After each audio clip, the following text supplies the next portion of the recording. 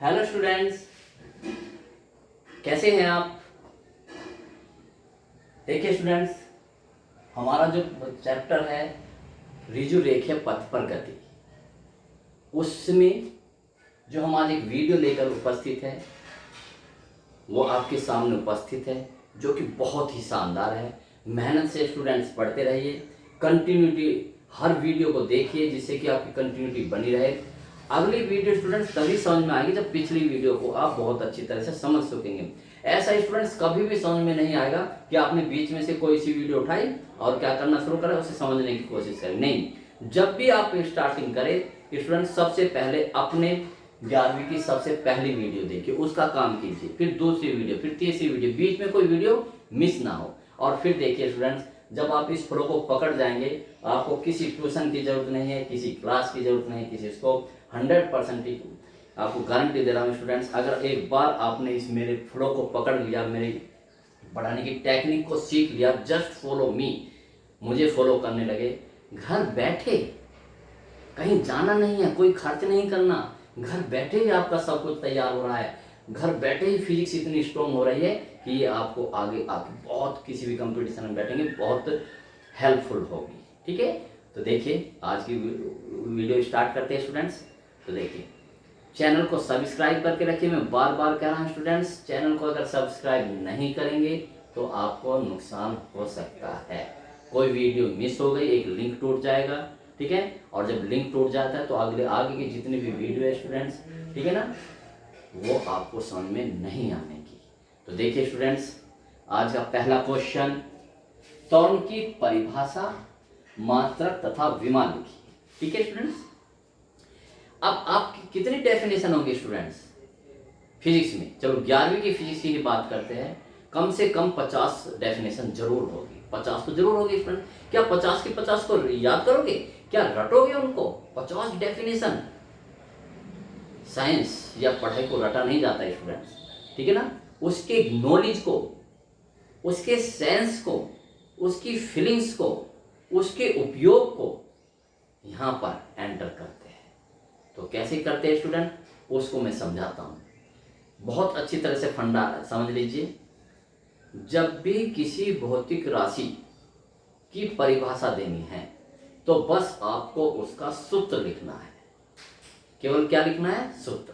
ठीक है, अब देखो, अब मैं इसका सूत्र लिखता हूं। मुझे किसकी परिभाषा देनी? त्वरण की। तो त्वरण का सूत्र लिख रहा हूं मैं। तो देखिए, त्वरण बराबर क्या होगा स्टूडेंट्स? त्वरण बराबर वेग परिवर्तन बटे समय। ठीक है स्टूडेंट्स, ये इसे मैंने बहुत अच्छा रिप्रेजेंट करने के लिए, एक उभार लाने के लिए इसमें ये कर दिया। ठीक, बस सिर्फ आपको ये याद करना है। अब और कोई भी वर्ड्स आपको याद नहीं करना, सब इससे समझ के लिखना है। ठीक है, अब देखते हैं, बताता हूं दूसरा फंडा। पहला फंडा तो एक है, सूत्र लिख लिया, सूत्र लिख लिया आपने। फिर से वर्ड में कैसे डिफाइन करते हैं, एक दूसरा फंडा, जब भी किसी भौतिक राशि को समय से भाग देते हैं तो उसकी दर बन जाती है। क्या बन जाती है? दर। तो ये मैं इसकी परिभाषा ऐसे नहीं दूंगा स्टूडेंट्स, किसी गतिमान वस्तु के वेग परिवर्तन तथा समय के अनुपात को, समय के अनुपात को त्वरण कहते हैं। ये थोड़ी सी परिभाषा लॉजिकल नहीं हुई स्टूडेंट्स। अब मैं बताता हूं, जब ये वेग परिवर्तन को समय से डिवाइड कर देते तो ये वेग परिवर्तन की दर हो गई। वर्ड्स में हम इसे क्या बोलेंगे? वेग परिवर्तन की दर। और समझ लीजिए, जैसे देखिए स्टूडेंट्स, सामर्थ्य है, शक्ति बोलते हैं जिसे स्टूडेंट्स हम। सामर्थ्य के सूत्र क्या होता है? देखो, कार्य यानी कार्य करने की दर, कार्य बटे समय। तो इसे हम बोलेंगे कार्य करने की दर को वस्तु की सामर्थ्य कहते हैं। ये क्या होगी? इसकी वर्डिंग कीजिए स्टूडेंट्स, कार्य करने की दर समय से डिवाइड कर देना। इसकी वर्डिंग कीजिए, यानी कि शब्दों में बोलिए इसे, वेग परिवर्तन की दर। ठीक है स्टूडेंट्स, और देख लीजिए, I बराबर Q अपॉन T, ये आवेश है स्टूडेंट्स, आवेश बहने की दर। देखा, दर बोल रहा हूं बार बार। जब भी किसी भौतिक राशि को समय से डिवाइड कर देते हैं तो वो उसकी क्या बन जाती है? दर बन जाती है। तो डेफिनेशन याद होगी स्टूडेंट्स, बताओ मैं क्या बोलूंगा?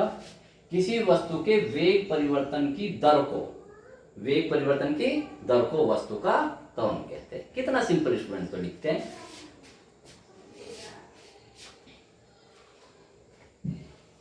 लिखिए, किसी वस्तु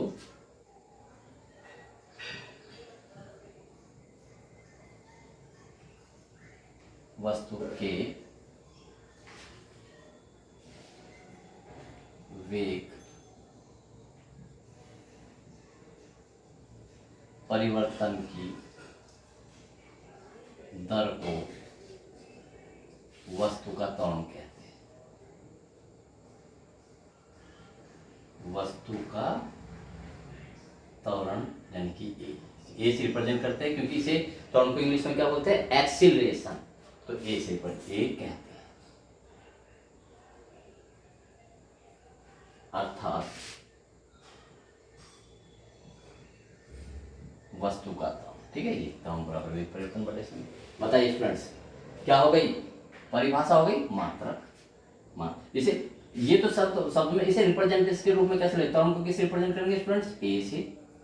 वेग परिवर्तन को डेल्टा वी से। ये देख लीजिए स्टूडेंट्स, ये जो डेल्टा है, जो त्रिभुज बन रहा है, ये क्या कहलाता है, परिवर्तन। जिस भौतिक राशि से पहले आ जाता है वो उसको क्या करता है, परिवर्तन अपॉन समय, यानी समय अंतराल। ठीक है, ये लीजिए, मैं इसे दूसरे कर देता हूँ। ठीक है, ये हो गया, क्या हो गई, परिभाषा मात्रक। याद ही नहीं करना है स्टूडेंट्स कुछ भी, सिर्फ फॉर्मूला याद करना है और उसे डिफाइन करना सीख लीजिए। वेग परिवर्तन, तो वेग का मात्रक क्या होगा, मीटर प्रति सेकंड। नीचे क्या है, समय का मात्रक क्या होता है, सेकंड। तो क्या हुआ, मीटर प्रति सेकंड स्क्वायर। भाई एक सेकंड है, एक सेकंड, तो मीटर प्रति सेकंड स्क्वायर देखिए। ठीक है, विमा क्या है बताइए, वेग की विमा, परिवर्तन सबको छोड़ दीजिए। वेग की विमा स्टूडेंट्स क्या है, LT-1। याद है आपको, मैंने करवाई हुई याद, LT-1 अपॉन समय की क्या है स्टूडेंट्स, T, और ये LT-2। अगर स्टूडेंट्स आपको मात्रा डायरेक्ट याद है तो डायरेक्ट भी लिख दीजिए, ऐसे कैलकुलेट करने की कोई आवश्यकता नहीं। अगर विमा डायरेक्ट याद है तो डायरेक्ट भी आप लिख सकते हो। जो क्वेश्चन की डिमांड थी स्टूडेंट्स, पूरा क्वेश्चन हो चुका। ठीक है स्टूडेंट्स, तो नेक्स्ट क्वेश्चन की तरफ बढ़ते हैं। तो देखिए स्टूडेंट्स, एक शानदार क्वेश्चन जो कि मैं टेस्ट में या एग्जाम में दूंगा, जब भी ऑनलाइन क्लास चलेगी, ऑनलाइन टेस्ट होंगे या ऑनलाइन परीक्षा होगी या कॉलेज खुल जाएंगे, तब अवश्य दूंगा, अवश्य। आज ही पेपर आउट कर रहा हूं। तो देखिए स्टूडेंट्स, गति की समीकरण, वो भी पूरे 10 नंबर की या 12 नंबर की, इतनी लंबी उसमें, क्योंकि थोड़ा सा लेंथी क्वेश्चन है, तीनों समीकरण लिखने, उनकी स्थापना करनी। तो स्टूडेंट्स करें इसका आंसर कैसे देते हैं, तो कीजिए। तो पहले तो हम गति की समीकरण लिखेंगे, ठीक है ना। तो गति की समीकरण आंसर में, ठीक है ना, आंसर लिखिए इसमें। तो ऐसे लिखिए, गति की 3 समीकरण होती है। गति की 3 समीकरणें होती है। 3 समीकरणें निम्न है। नंबर 1, गति की प्रथम समीकरण, बहुत ध्यान से सुनिए। गति की प्रथम समीकरण मैं शॉर्ट में लिख रहा हूं, ठीक है फ्रेंड्स। क्या है गति की प्रथम समीकरण, v बराबर u प्लस ए, यही है ना। नंबर 2, गति की द्वितीय समीकरण, गति की द्वितीय समीकरण, गति की द्वितीय समीकरण देखिए क्या है friends, s is equal to u t plus half a t square. गति की तृतीय समीकरण, गति की तृतीय समीकरण, v स्क्वायर बराबर यू स्क्वायर प्लस 2as, ये है गति की समीकरण। अब स्टूडेंट्स देखिए, ठीक है, एक बच्चा ऐसे लिख रहा है, एक बच्चे ने इसे क्या कर दिया, ब्लॉक कर दिया। ये लीजिए, देखो आप देखिए स्टूडेंट्स, ये लीजिए, आप एक लाइन छोड़ के लिखेंगे, ये गति की समीकरण होती है स्टूडेंट्स। जहां, ये भी लिख दीजिए स्टूडेंट्स, ये क्या है, ठीक है ना। तो लिखिए आप जहां, ये लिख दीजिए जहां, जो नोटेशन हम यहाँ से v क्या है, यहाँ से लो u, जहां स्टूडेंट्स u क्या है, u वस्तु का प्रारंभिक वेग, प्रारंभिक पूरा लिख रहा हूं मैं, प्रारंभिक प्रारंभिक वेग, v क्या है, अंतिम वेग,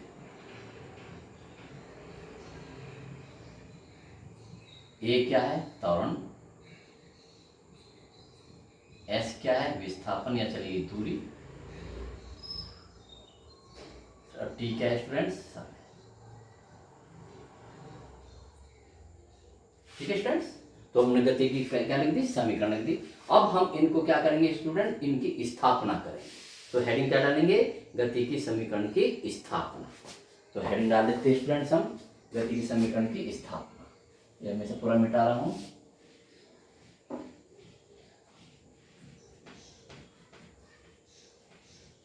गति के समीकरण की स्थापना। तो हेडिंग डालिए स्टूडेंट्स, गति के समीकरण की स्थापना, गति की समीकरणों की ग्राफ से, या ग्राफीय विधि लिख लो पूरा, ग्राफीय विधि से स्थापना या उत्पत्ति।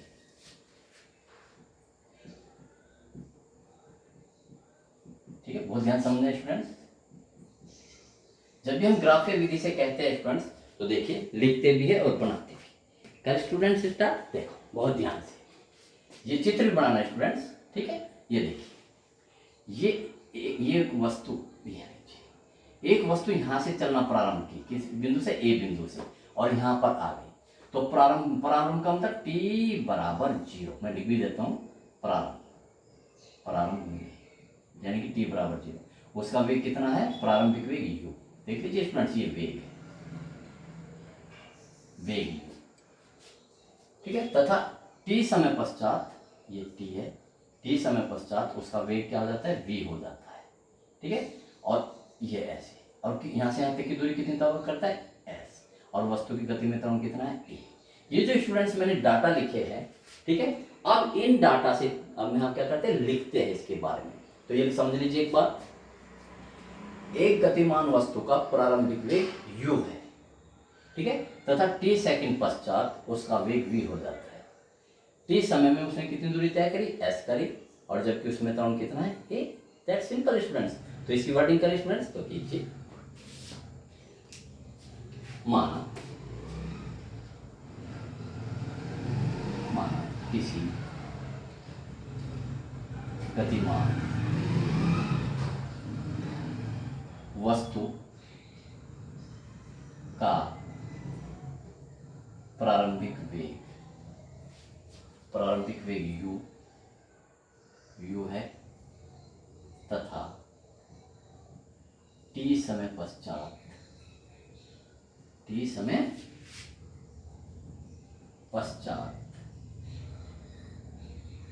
ठीक, t समय पश्चात s दूरी चलने के बाद, s दूरी चलने के बाद उसका वेग v हो जाता है। अपने शब्दों में लिख सकते हैं स्टूडेंट, उसका वेग v हो जाता है, ठीक है। अभी और लिखते हैं, माना वस्तु की गति में एक समान त्वरण स्टूडेंट्स, या तो नहीं कभी घटे कभी बढ़े, एक समान त्वरण ए है, ठीक हो गया, ठीक है। अब देखिए, इस वस्तु के लिए, अब ग्राफ खींचेंगे स्टूडेंट, इस वस्तु के लिए, ठीक है, क्या स्टूडेंट्स, दूरी, इस वस्तु के लिए वेग तथा समय के बीच ग्राफ निम्न होगा, या ग्राफ चित्रानुसार होगा, चित्रानुसार होगा। मैं चित्र भी बना रहा हूँ स्टूडेंट्स, चित्रानुसार होगा। बिल्कुल आप मुझे फॉलो करेंगे। अब देखिए स्टूडेंट, अब ग्राफ बनाना भी सीख लीजिए, ठीक है फ्रेंड्स। तो देखिए, जब ग्राफ कितनी भौतिक राशियों में खींचा जाता है? दो में। एक को हम एक्स अक्ष पे लेते हैं और एक दूसरे को हम वाई अक्ष पे लेते हैं। तो किस किस के ग्राफ बीच में हम स्टूडेंट्स ग्राफ खींच रहे हैं? ये देखिए, बहुत ध्यान से ये लीजिए। थोड़ा सा मैं क्या, क्योंकि सारा मुझे सही करना, थोड़ा सा मैं बड़ा बनाता हूँ, ये लीजिए, ठीक है। और ये क्या है स्टूडेंट्स? एक्स अक्ष है और ये वाई अक्ष है, ठीक हो गया। इसमें हमेशा समय को, जब भी अगर एक राशि समय है तो समय को हमेशा एक्स अक्ष पर लेते हैं। ये समय हो गया, ठीक है। और ये एक वेग हो गया, जैसे मैं कर रहा हूँ स्टूडेंट्स वैसे ये वेग हो, ठीक, यानी कि वेग ऐसे। ये 0 0 है स्टूडेंट्स, 0, यानी कि यहाँ वेग भी 0, समय भी 0, ठीक है। t बराबर 0 मैं लिख देता हूँ। यहाँ t बराबर क्या है स्टूडेंट्स? 0। तो u भी, वेग भी कितना है? 0। यहाँ मैं क्या रिप्रेजेंट कर रहा हूँ? u को, और यहाँ रिप्रेजेंट कितना कर रहा हूँ स्टूडेंट्स? v को। ऐसे ही ये t है और ये लीजिए, बहुत इसलिए है स्टूडेंट्स t, ठीक। यहाँ से यहाँ तक का समय कितना है? t। इस इधर की ओर क्या नापोगे? समय, इधर की ओर नापोगे वेग। हो गया स्टूडेंट्स। अब देखिए, पढ़ो। किसी वस्तु का t बराबर 0 पर वेग कितना है? u। ये लीजिए, ये रहा t बराबर 0 और ये रहा वेग v, तो यहाँ पर आ गया, ठीक हो गया। ये क्रॉस लगा लीजिए। अब आगे पढ़िए, और t समय पर कितना वेग है? v है।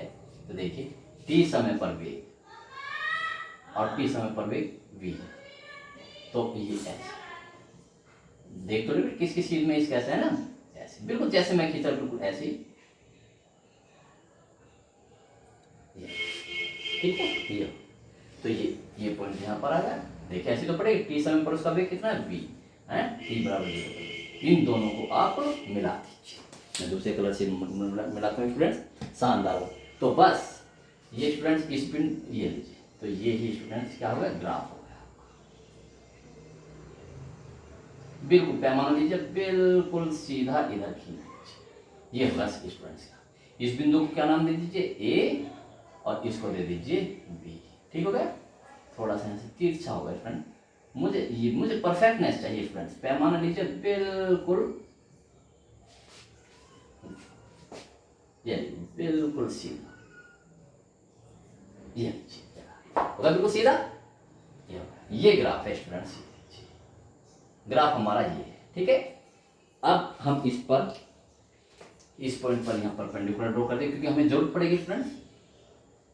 ये बिल्कुल इसके पैर, इसको हम C मान लेते हैं, इसको D मान लेते हैं, और इसको ये स्टूडेंट्स हमारा O है। ये हमारा कंप्लीट क्या होगा स्टूडेंट्स? ग्राफ हो गया।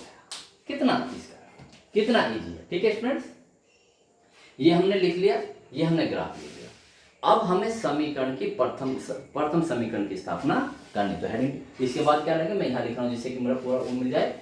गति की प्रथम समीकरण, ये तो लिखेंगे सारा। अब हेडिंग क्या डालेंगे? गति की प्रथम समीकरण। बिल्कुल जैसे मैं कर रहा हूं बिल्कुल ऐसे ही लिखेंगे। तो हेडिंग क्या डालेंगे स्टूडेंट्स? गति की प्रथम समीकरण।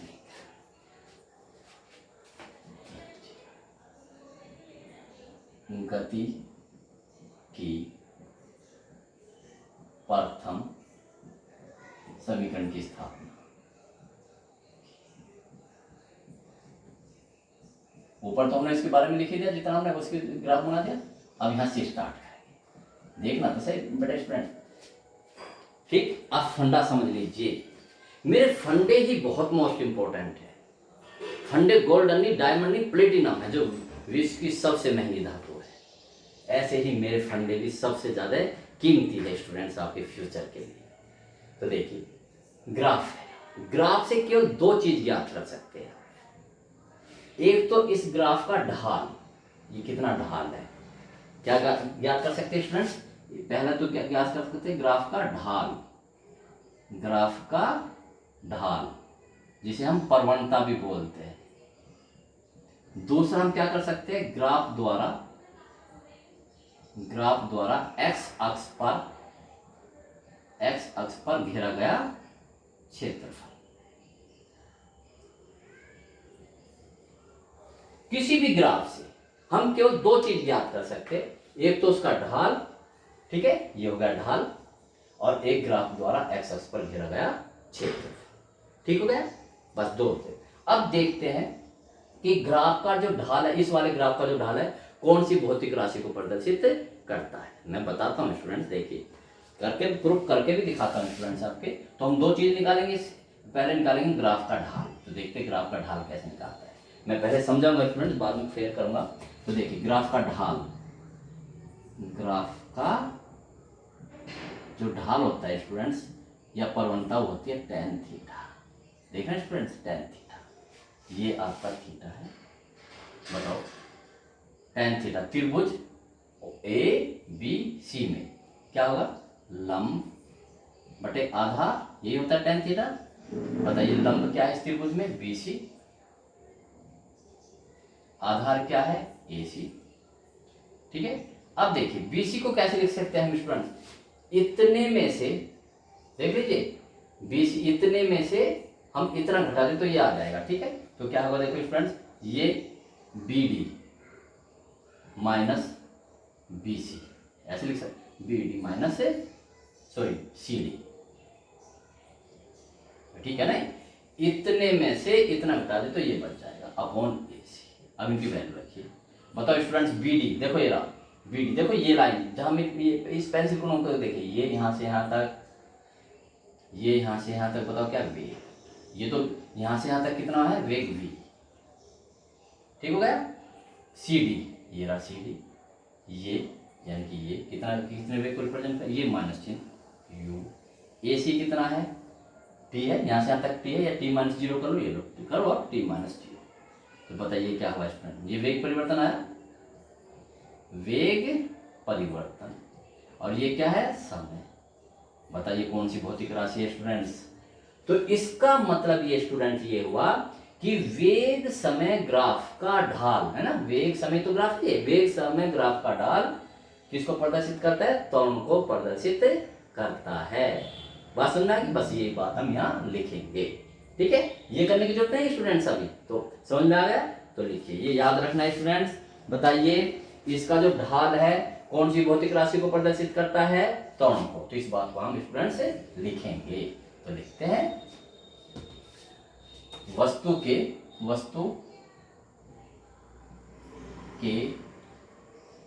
वेग समय, वस्तु का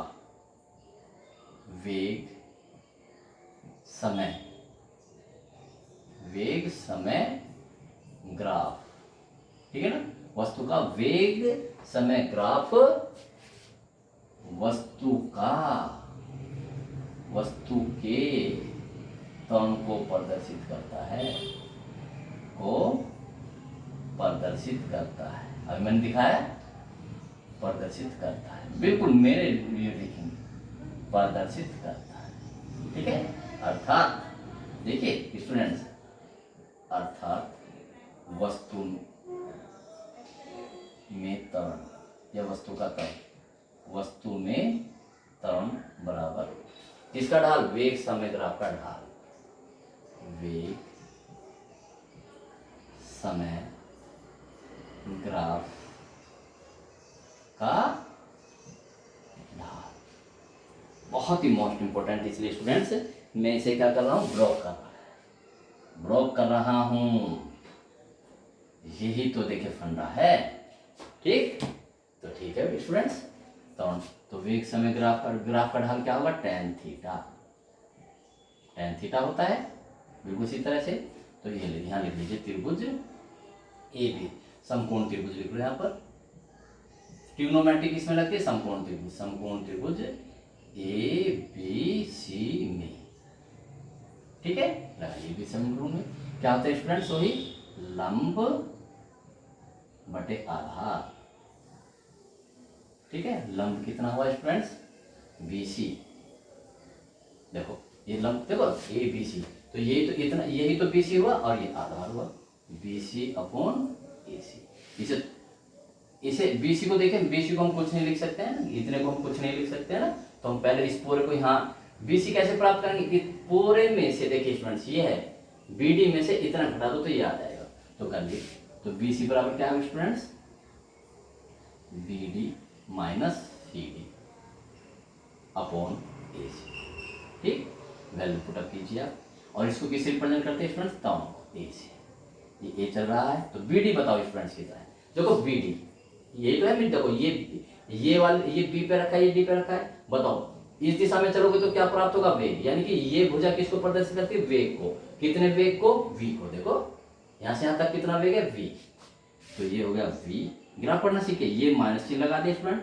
CD कितना है, ये लीजिए, देखो ये भी ये, तो ये कितने वेग को प्रदर्शित करती है, U को, U अपॉन AC कितना है, ये T है, यहाँ माइनस 0, तो T माइनस 0 लिखो, T है माइनस 0, T भी लिख सकते हो। तो देखिए स्टूडेंट्स ये हो गया, ठीक है। ये ऊपर से A चला ही आ रहा है, तो देखिए स्टूडेंट्स क्या है, ये A आ ही रहा है, तो A अक्रॉस मल्टीप्लिकेशन कर लीजिए, ठीक है। इस तो ऐसे इसकी इधर कर लो तो क्या हुआ स्टूडेंट, देखो V माइनस U बराबर 80। इसकी तो ये तो 0 हो जाएगा स्टूडेंट्स, 0। अब इस U को इधर ले जाइए स्टूडेंट्स, ठीक है। तो V बराबर U, इधर जाके प्लस हो जाएगा, ये 80 है, 0 को कोई वैल्यू नहीं, इसे हम छोड़ देंगे। और देखिए स्टूडेंट्स यही गति की क्या है, प्रथम समीकरण। देखा स्टूडेंट्स, यही गति की प्रथम समीकरण, यहाँ लिख देंगे यही गति की प्रथम समीकरण। ये वीडियो स्टूडेंट्स आपके लिए नंबरों की खाम खो देगा, 12 नंबर का या 10 नंबर का स्टूडेंट्स पेपर में आएगा, ठीक है स्टूडेंट्स। तो देखिए अब कौन सी करें स्टूडेंट्स, ये तो प्रथम समीकरण की स्थापना थी, तो याद होगा स्टूडेंट्स प्रथम समीकरण की स्थापना किससे होगी, ग्राफ के ढाल से, ठीक है। अब करते हैं गति की द्वितीय समीकरण की स्थापना। तो देखिए स्टूडेंट्स गति की द्वितीय है ना, तो ढाल से तो प्रथम समीकरण आ गई। अब इसका एक निकाल सकते हैं, ग्राफ द्वारा एक्स अक्ष पर घेरा गया क्षेत्रफल देखते हैं, ग्राफ द्वारा है ना, इस ग्राफ द्वारा एक्स अक्ष पर घेरा गया क्षेत्रफल देखते हैं क्या प्रदर्शित करता है, कौन सी भौतिक राशि को प्रदर्शित करता है, घेरा गया क्षेत्रफल बराबर, बताइए कौन सी, ये ठीक है ना, इसका क्षेत्रफल है, ठीक। ये क्या है, समलंब है, कैसे भी जो भी है, तो क्षेत्रफल क्या होगा इसका, 1/2 समांतर भुजाओं का योग, समलंब का है तो समांतर भुजाओं का योग गुणा उनके बीच की दूरी, 1/2 समांतर भुजाओं का योग है ना, समांतर भुजाओं का योग, यानी कि ये भी दूरी होगी, ठीक है ना स्टूडेंट्स। देखिए समांतर भुजाओं का योग देख लीजिए स्टूडेंट्स अपने इस चीज में, समांतर भुजा कौन कौन से स्टूडेंट्स, ये है और ये है, ठीक। बल्कि मैं बहुत आराम से और भी लिख देता हूं, घेरा गया क्षेत्रफल, ठीक है ना, यानी कि आकृति किसका, यहां से स्टार्ट करो, O A, देखो स्टूडेंट्स ये तो क्षेत्रफल होगा, ये तो सारा क्षेत्रफल है, ये सारा क्षेत्रफल है, ये तो क्षेत्रफल है स्टूडेंट्स, ये जितनी जगह ये है ना, बताओ ये कौन सी आकृति है, OABC, OABC का क्षेत्रफल, ठीक। अब ये है समलंब, तो 1/2 समांतर भुजाओं का योग, समांतर भुजाओं का योग। अभी मैं स्टूडेंट्स ये दिखा रहा हूं कि इसका जो क्षेत्रफल है वो कौन सी भौतिक राशि को प्रदर्शित करता हूं, ठीक है ना, बस इसे समझ लीजिए, फिर तुम बाद में करेंगे। समांतर भुजाओं का योग गुणा उनके बीच की दूरी करो जी, 1/2 समांतर भुजाओं का योग क्या है, देखिए ये समांतर भुजा है BD और OA है ना, ये तो समांतर भुजा है, यहां से यहां तक BD प्लस OA,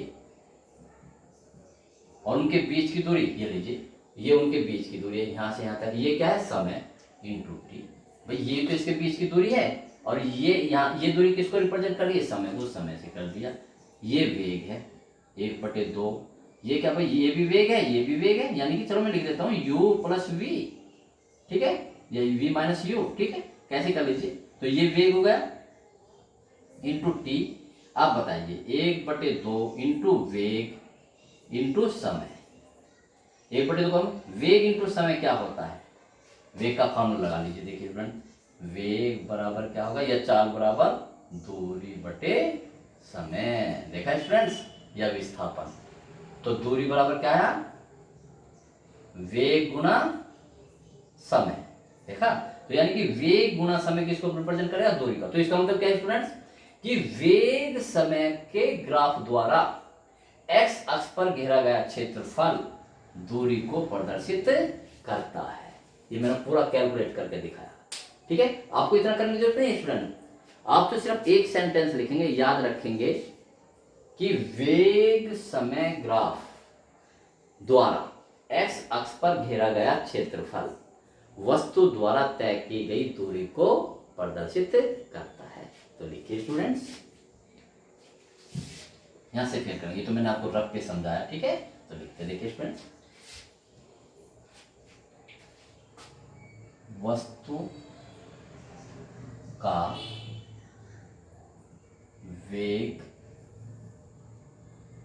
समय ग्राफ, ठीक है, वेग समय, देखो ये है ना, किस किस में, वेग समय ग्राफ द्वारा एक्स अक्ष पर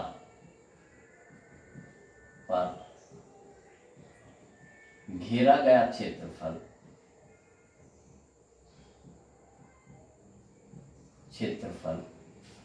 वस्तु द्वारा तय दूरी को प्रदर्शित करता है। वस्तु द्वारा तय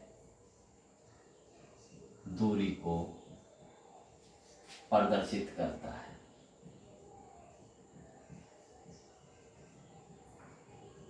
देखा स्टूडेंट्स, बात से लीजिए। अर्थात देखना स्टूडेंट्स, कितने शानदार तरीके से लिखो मैं, अर्थात। आप भी ऐसे लिखिए, अर्थात, ठीक है, अर्थात, ठीक, क्या, वस्तु द्वारा तय दूरी, अर्थात वस्तु द्वारा तय दूरी बराबर वेग समय ग्राफ द्वारा एक्स अक्ष पर घेरा गया क्षेत्रफल। एक्स अक्ष पर घेरा गया क्षेत्रफल, ठीक है फ्रेंड्स। इसे आप किससे कर लेंगे, स्टूडेंट से ब्लॉक कर लेंगे, जैसे पहले की तरह। ये ही स्टूडेंट्स का फंडा है, बस करते हैं स्टूडेंट्स। तो देखिए, वस्तु द्वारा तय की गई दूरी कितनी है, एस से रिप्रेजेंट कर लूं मैं, एस से मैंने ऊपर लिख दिया है। वेग समय ग्राफ द्वारा एक्स अक्ष पर घेरा गया क्षेत्रफल कौन सा है स्टूडेंट्स, आकृति ओएबी का क्षेत्रफल, या समलंब कह लो, समलंब ओ ए बी डी। अब इसका कोई मतलब नहीं स्टूडेंट, सीधा, ठीक है ना, सीधा ओ ए बी डी, ये सारे तो क्षेत्रफल होंगे ऐसे, ठीक। तो लिखो आप समलंब ओ ए बी डी का क्षेत्रफल, ठीक है। सूत्र लगाइए स्टूडेंट्स, समलंब का सूत्र क्या होता है, 1/2 समांतर भुजाओं का योग, समांतर भुजाओं का योग इंटू उनके बीच की दूरी, जो समांतर भुजा उनके बीच की दूरी, ठीक हो गया। अब अपनी आकृति के द्वारा इसे मेजरमेंट करते हैं, कैलकुलेट करते हैं। 1/2 समांतर भुजा कौन कौन से बता, देखो ये तो है, ये इसकी तो समांतर है, तो समांतर भुजा कौन सी स्टूडेंट्स, ओ ए और बी डी, ओ ए प्लस बी डी, देख लीजिए। और इनके बीच की दूरी क्या है स्टूडेंट्स, ये ओ डी, देखो ये यहां से यहां तक के बीच की दूरी है ओ डी। कोई दिक्कत, ये तो होगा। अब इन्हें अपने उसके आंसर तो कितना होगा, देखो 1/2। ओ ए किसको रिप्रेजेंट कर रहा है, देखो ये रहा ओ ए, किसको, यू वेग को, वेग यू को, तो यू ये चिन्ह होगा स्टूडेंट्स प्लस बी डी, ये देखिए बी डी है ना, यहां से लेके यहां तक, यानी कि यहां से लेके यहां तक किसको प्रदर्शित करा, वी को। ओडी ये लीजिए ओडी है ना, ओडी किस, यहां से यहां तक का समय कितना है, टी, यानी कि ये जो दूरी है ये किसको प्रदर्शित करती है, इसको समय को, और समय कितना है यहाँ से यहाँ तक टी, या टी माइनस 0 लिख दो, कोई फर्क नहीं, आप सीधा टी माइनस 0 जाएगा, टी बचेगा टी। बस इसे स्टूडेंट सब क्या करना है, सोल्व करना है। तो कीजिए 1/2 देखिए, ठीक है। अब एक बात का ध्यान रखना स्टूडेंट्स, की गुना तो हम कर लेंगे, आपको पता है सेकंड इक्वेशन में क्या नहीं आता, वी नहीं आता, क्या नहीं आता, ये वी नहीं आता, ठीक। तो गति की प्रथम समीकरण से यहाँ हटा देंगे, यहाँ लिखेंगे आप गति की प्रथम समीकरण से, गति की प्रथम समीकरण क्या स्टूडेंट्स, v बराबर u प्लस ए टी। ये आपको क्यों करना है, क्योंकि हमें यहां से v हटाना है, क्योंकि गति के द्वितीय समीकरण में v नहीं है। तो रखिए स्टूडेंट्स, तो कितना होगा 1/2, u तो अपनी जगह है ही, प्लस v की जगह क्या रखेंगे, u प्लस ए टी। देख लीजिए स्टूडेंट्स, ये u तो ये आ गया, और ये प्लस ये वाला चिन्ह आ गया, और इस v की जगह रख देंगे u प्लस ए टी, और बाहर गुना t है, ठीक हो गया। ये मैं देख लेते हैं स्टूडेंट्स कहाँ तक आ रहा है, ठीक है। ओके स्टूडेंट्स, इसको सोल्व कर लीजिए, बताइए क्या है, यहाँ मैं यहाँ कर देता हूँ इसे। तो बताइए s चल रहा है, तो बताइए स्टूडेंट्स, तो s बराबर करो स्टूडेंट्स 1/2, ठीक हो गया। बताइए क्या है, u और u 2u plus A T और भारत टी, ठीक है। अब टी के अंदर मल्टीपल कर लीजिए, s बराबर 1/2 2u टी प्लस ए टी स्क्वायर। ठीक है स्टूडेंट्स, ऐसे पढ़ते हैं। इस स्टेप से इस स्टेप पे आने के लिए केवल मैंने इस टी के अंदर मल्टीपल करी है। अब इस 1/2 गुणा कर दो, 1/2 गुणा 2u टी प्लस 1/2 ए टी स्क्वायर। भाई 1/2 की यहाँ भी गुना हो गया, 2 से 2 कैंसिल हो गया, तो देखो s बराबर क्या आ गया students, u T plus half a t square. देखा स्टूडेंट्स, और ये क्या है, गति की द्वितीय समीकरण है, ठीक। आप तो स्टूडेंट्स इसके नीचे करते चले जाना, ये तो मैंने यहाँ जगह नहीं थी इसलिए करते, तो यहाँ लिख दोगे यही गति की द्वितीय समीकरण, ठीक है स्टूडेंट्स। तो कितना इजी स्टूडेंट, तो देखिए ग्राफ से हम 2 चीज निकाल सकते हैं, एक तो ढाल और एक ग्राफ द्वारा एक्स अक्ष पर घेरा गया क्षेत्रफल। ढाल से हमने गति की प्रथम समीकरण की स्थापना करी, इसके द्वारा घेरे गए क्षेत्रफल से गति की द्वितीय समीकरण की स्थापना करी। अब तृतीय समीकरण की स्थापना किससे करेंगे, क्योंकि अभी तो मैंने बताया कि इससे तो केवल हम 2 चीज ज्ञात कर सकते हैं, ढाल और क्षेत्रफल। देखते हैं गति की तृतीय समीकरण की स्थापना कैसे होती है। तो देखिए स्टूडेंट्स, गति की तृतीय समीकरण की स्थापना, ठीक है, मैंने हेडिंग डाल दिया।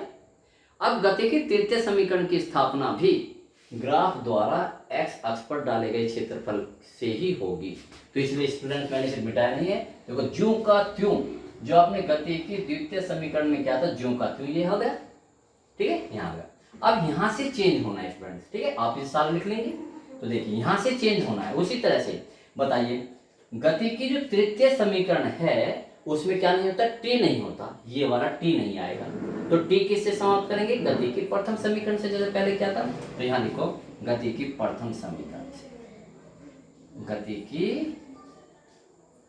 बहुत मोस्ट इंपॉर्टेंट क्वेश्चन, v बराबर u प्लस ए टी। तो यहाँ से स्टूडेंट्स क्या निकाल लीजिए, यहाँ से स्टूडेंट्स क्या निकाल लीजिए आप। तो ठीक है स्टूडेंट्स, तो गति की प्रथम समीकरण ये लिख लीजिए, v बराबर u प्लस ए टी। अब देखिए यहाँ से हम क्या निकालते हैं, टी निकाल लेते हैं, क्योंकि टी को खत्म करना, तो यहाँ से टी निकाल लो। तो ए टी बराबर क्या है स्टूडेंट्स, तो यहाँ देख लीजिए, यहाँ से देख लीजिए, ए टी, चलो यहाँ इसे नीचे निकाल दीजिए, तो ए टी बराबर, इसको इधर ले आओ, v माइनस यू बराबर ए टी।